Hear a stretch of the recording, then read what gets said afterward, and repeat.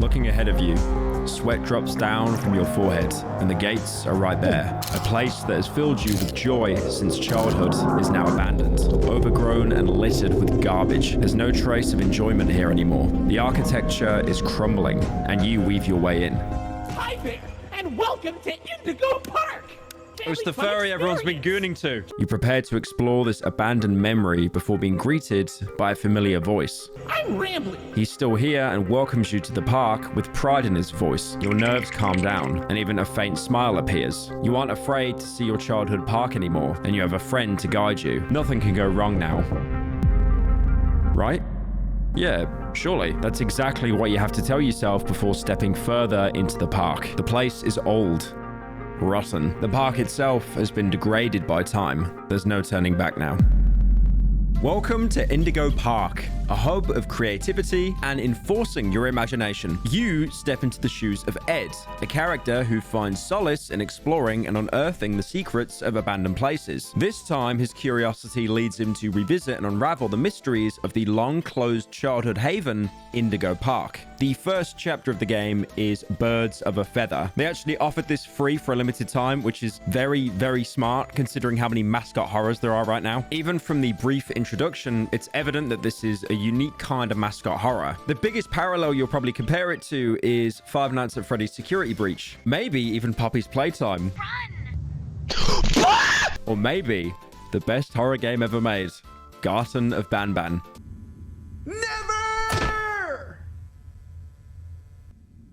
What? However, your main character does have ties to this place, and positive childhood memories push your desire to explore even further. Now, it's clear that there was time put into building the environments. All the details really stand out and make this place seem precisely as described. Abruptly shut down, abandoned for a while, and this harbors creativity. Now, one thing that was really surprising, especially because it was like an indie game mascot horror, the game, for me at least, actually runs really well. Now, the game itself is pretty short. You can beat it within an hour, but there is some side content as well, like for example collectibles, like picking up a stuffed Lloyd the Lion before actually entering the park.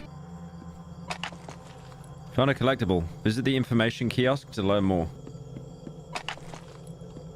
Found a collectible. Visit the information kiosk to learn more. What if I don't want to, bro? What if I don't want to learn more? Finding an unlocked door, you get inside. Hi there, and welcome to Indigo Park! The electronics still seem to work because as soon as you head further in, the TV turns on, and you're met with the park's mascot, Rambly Raccoon. He welcomes you to the most fun, innovative, and engaging family fun experience. And it's my job to make sure your experience here at Indigo Park is the most fun it can be. The feed gets a little bit choppy, and Rambly stops with the welcome. And then the realization hits that you are their first visitor in 2,920 days, 4 hours, and 23 minutes. Or in easier numbers, 8 years. So already, there's your answer. The park was abandoned 8 years ago. And that doesn't even stop the warm welcome he gives you. Ushered over to the registration area, you can see a trash desk, and it looks like pretty much every single League's player setup in human existence. But who cares about that? It's time to sign in. Rambly's back, and bro is literally tweaking as he speaks. The here at Indigo Park is registered. Well, you know, maybe that's normal for a raccoon, I'm not sure. To be fair, it has been a bit since he's been actively used, which, wait, okay, that sounded really wrong saying it like that. What the hell? If anything, he's probably warming up to the old code again. And even though he's on a screen, surprisingly, he wants to make sure that he can get a good look at our face. Let me just get a good look at you. I don't seem to have your face in our guest list. Is this your first time here at the park? Or did you just get plastic surgery? No worries, it's Rambly Tuesday, so you qualify for a big discount on your visit. Just follow me to the main gate. A discount because it's Rambly Tuesday. I'm not sure if you were looking at the screen on the side when you log in, but this raccoon seems a little bit desperate for someone to be here. It is Saturday, and Saturday pricing should be used. Maybe he just doesn't want you to leave. I mean, you are his first guest in around 8 years. And with how full of personality he seems to be, maybe he just doesn't want to be alone anymore. Ooh, I can't wait for you to see everything Indigo Park has to offer. Dude, he's using more like auto-tune than T-Pain. You hear that voice? Why are we saying wood? Why are we saying wood, boys? I've seen 10 times more porn of him than literally anything else about this game. This is what they do. They get this mascot horror stuff that attracts all the Twitter people. That is literally just an animal. You don't get it. You, Joker smoking, Joaquin Phoenix smoking the cigarette at the end of Joker in the mental asylum. You wouldn't get it. The fact this game is free is actually incredible, though. Can you say meet at the main gate? What's the hold up? The gate is open. Head on into the entryway. My mistake. The gate is not open. There seems to be an error message being sent from the gate's power unit. Lucky you! You get to be the first person to try our turn on the generator mini Rambly venture. Have fun! Despite being abandoned, the main gate isn't open for you to waltz right in, and Rambly stops you, eager to get you inside the park. But he seems a little too far ahead of himself, saying the power to the gate holds an error message, but switches quickly and celebrates like you won a prize. You need to play Turn on the Generator Mini Rambly Venture, and you're the first person to ever try this. Now, the only problem I have with this game so far is it kind of lacks any sense of direction. Some places are vaguely talked about and you're given objectives, but it's not really described what you need to do, which for this area being kind of a tutorial spot, it would have been nice to have some extra help. Like, for example, when you need to turn on the generator, it's not really explained where that is. Sure, it can be obvious that, you know, it's next to the door, but there are puzzles later that aren't really explained and not really much context is given. It is important to have people explore on their own time, but a lot of this game seems to rely on you figuring it out eventually. But also, in the game's defense, I am very, very, very stupid, and I'd probably be complaining unless there was like a quest marker that would appear like at the screen at all times. The Indigo Violet Compact Power Generator. But it seems to be inoperable. Looks like it's missing a piece. Can you find it?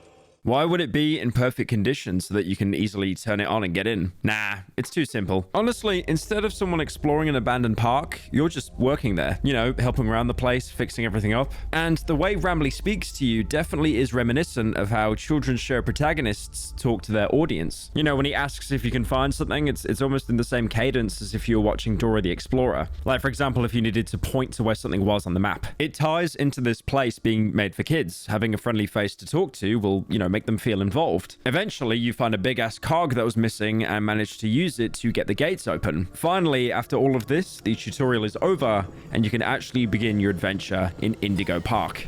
Okay, for real this time. Welcome to Indigo Park.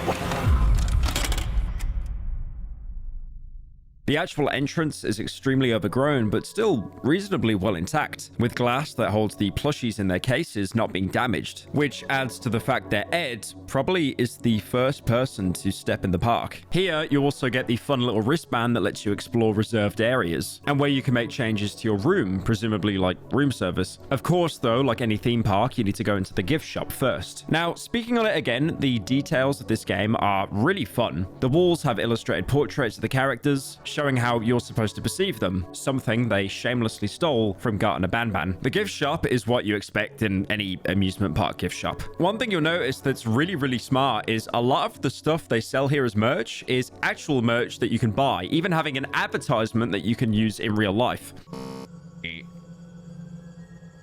Wait, this is... Okay, this is actual merch. This is genius! I need to do this. If I ever make a video game, the fact that they're shilling actual real merch in their game in like a meta level, that is a 700 IQ idea. Now, that critter cuff that I mentioned earlier, it works as a pedometer, heart monitor, and apparently a mood ring. You guys remember mood rings? The thing you'd buy as a kid and it'd randomly change color? Oh, I'm happy. No, I am less sad. I'm not too sure about the importance of the heart monitor. I mean, you know, this is a horror game. Surely there'll be no jump scares in the indie horror game. I got scared by the I got scared by the reflection of the hairdryer. Jesus. But anyways, with it, you're granted access to the park. Now, one thing I noticed as soon as I walked in, you see a huge copper statue of its founder, Rambly, right in the middle, but the head actually tracks you. Yo, why is that following me? Why is that following me? That's not just me, right? Like, you guys can see that that head is following me. Straight up. This is lame. Go back to watching Skibbity Biden. Now, when you get into the park, you get caved in, and there's no way to escape now. No way to go back. I'm not really sure as to why it caved in behind us. I mean, to be fair, the place hasn't been used in 8 years, but it's not like we were trying to leave anyway. Now, to get to the railway, you have to go through this dark hallway with wires everywhere. It's not safe to just walk around there, because like most horror games, there are things waiting for you in the darkness. And Rambly gets your attention away from them by saying you seem a little bit too old to use this ride. But despite that, because you're the first person he's seen in 8 years, he's willing to bend the rules since, you know, this is his favorite ride and he likes trains. I like trains. Astuff movie. I like trains. I like trains. I like trains. Finally, you're able to sit on this vibrant pink train and you're whooshed off slowly to enjoy the park. The train will take you through a series of different settings and biomes. The first one is the Desertscape, where Rambly informs you he's the conductor of this fun train ride. The ride gains speed as you don't need to know anything else. If anything, it resembles rides you get at Disney. You know, it's a small world or something, where they have all these scary animatronic puppets singing to you. Now, fortunately, with this one, there isn't a man getting undressed to go in the water. Witnesses say a man stepped out of the moving ride, stripped down to his underwear, and walked around among the displays, at one point sitting down in a fake lake.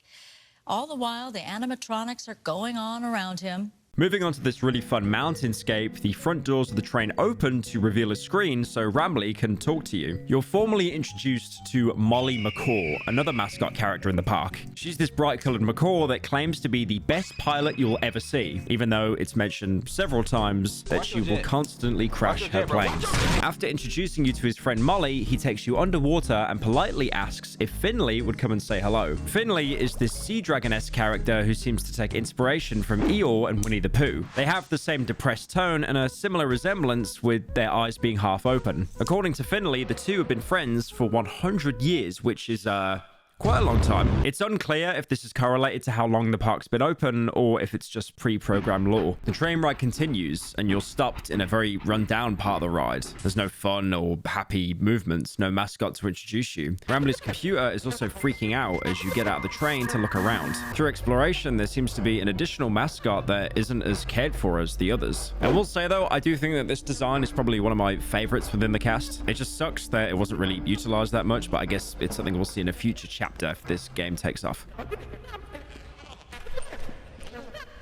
Holy, I'm actually being scared by nothing. You're back in the hallways again with wires and rubble. Mollie's animatronic seems to be still operational, but she's trapped beneath various sorts of piping and rocks. She's repeating many words that are all layered together, which is a little hard to make out at first if you're not really paying attention. Okay, boys, I'm predicting it now. Rambly's going to be the bad guy. Rambly's 100% going to be the bad guy. Not Rambly. He hurts Roy. Hurts Roy. Hurts Roy. Now, we don't know any character named Roy, but it is possible that it's also supposed to be Lloyd, the lion. He might have been the main mascot previously. Whatever it is, Rambly seems a little bit more sinister in this light now. The train ride is fixed by placing some gears in the generator, and all is well. Then you're finally introduced to Lloyd, who Rambly is not a fan of at all. Anytime he's mentioned, his tone is almost annoyed. He hurries you through the next section, not giving you a chance to slow down at all. Lloyd is an actor, and rather extravagant. He has a stage that he performs on being an old school theater, which matches his personality quite nicely. The ride is over and you can get off the train. Rambly took pictures of your time on the ride and you can see them. They look like absolute shit. There's a gift shop again, this one being full of merchandise surrounding Rambly. T-shirts, hats, figurines. It's clear that Rambly is their moneymaker and main mascot. The rest of the park is shown now. Different areas to explore and many buildings, possibly hotels or restaurants. There's even a giant Ferris wheel with Rambly's face on it. In the middle, there's also a giant clock that's unfortunately broken. The hands on it spinning out of control. Indigo Park is not a typical rundown time capsule. I mentioned collectibles earlier. There are a lot. There's 12 potential collectibles that can be found throughout the park, and each of them you can actually show Rambly and he'll talk more about them. These include action figures, different plushies, the mascots, and miscellaneous objects. Ooh, that's a Rambly cup. Nothing beats the taste of fresh Rambleberry juice drunk directly out of my plastic, lifeless hand. The first place you can try to get in is Jetstream Junction, but like most places, it's locked. Rambly appears on the screen and tells you that you should probably try to get into the office through the theater, guiding you to the doorway. Now, this area is nowhere near as open as it actually looks. It's basically just the water fountain and a bit of the strip, with a single coffee shop you can go inside. One thing I think would help with this game a lot is like an objective overview. I'm not asking for a marker, but you know, maybe if you're exploring and you kind of forgot the last line of dialogue, it could be repeated, or you have some kind of notebook or journal that says, oh yeah, you're meant to do this, by the way, whenever you're ready. Because a lot of players might take time walking around and exploring to find collectibles, which is exactly what I did. As you make your way into the theater, it fully resembles Lloyd's section of the train ride. There's a spotlight on stage and Lloyd is sleeping on the center stage. Now, he does run away and a lot of people reacted to this, but I actually didn't even see him run away because I was too busy looking around for collectibles. Where did he go? Where did he go? I was looking for collectibles. Where did he go? You make your way backstage, and Rambly warns you that he can't reach you any further, mentioning that your critter cuff can't resuscitate you yet, which I assume is something you'll be able to get down the line, like, you know, some kind of quick revive or something. The further you go, the more cluttered it gets, and it's incredibly hard to see. Noises surround you as you need to push on further to get into the security room. The only question, though, where is Lloyd? Where did he run off to? What you'll quickly realize is he's stalking you. Yes, I am a coward. Horror games do genuinely scare me, even if they're completely scripted. Finally getting out of the theater, maybe due to all the various jump scares that happened. Alright, I'm good. Whatever that was, it wasn't an animatronic that resembled the person in the mascot costume. It was tattered, had blood, and was sensitive to the high-pitched noise that came from the cuff. Is it possible that there was a person who'd been severely cut off from society? Since Rambly wasn't in that part of the stage, we don't get answers from him. Not that he probably would have gave us any. He doesn't really fuck with Lloyd. With the keys in your hands, you can now access Jetstream Junction. This area is centered around Mollie and her love for planes. She has a fun statue in the center showing her personality more. You can find and play an old arcade machine with the game featuring, of course, your boy, Rambley. Salem, a character you met in this minigame. Looks familiar? Looks like she was the one that ruined the environment in Rambley's railway, you know, near the beginning of the game. There's still no context as to why her section was as disheveled as it was. But from this minigame, we can conclude that she seems to be the villain of the mascots. It seems that these purple potions that she uses makes people, let evil. Rooftop Races is demolished, and Rambly is a little bit heartbroken as he tries to call a repairman, which is not in service anymore. You can make your way to Mollie's landing pad, a ball pit of joy. Surely nothing ever goes wrong when you mix furries and a ball pit, right? Oh, hell no. I've played Security Breach. I know what's gonna happen here. Whee! The balls don't even move, it's over. What am I matching the shapes to, though? Let's play. Do I go here? Nope. There's a star there that's purple. Let's try that.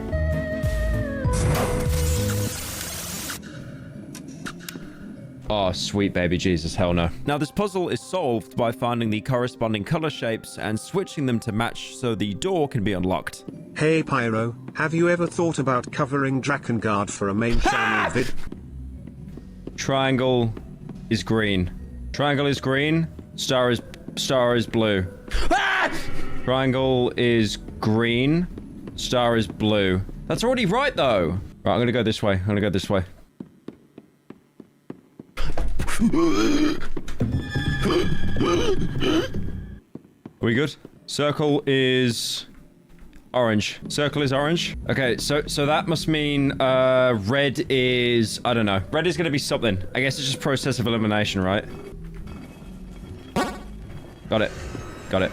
The door unlocks and you can travel upstairs and enter a new part of the landing pad. There's still more to be done as a new set of doors open, and now you're being chased by Mollie, who looks similar to how Lloyd did. Oh god, man, I can't do horror games. I actually can't do them, bro, for real. I'm sweating buckets right now.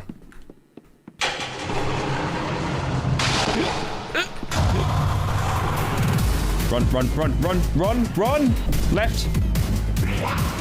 Holy, holy! She got it bad though! Let me get a look at you. Where'd she go? Where'd she go? She got ahead of me, bro. Wait, she got it bad though.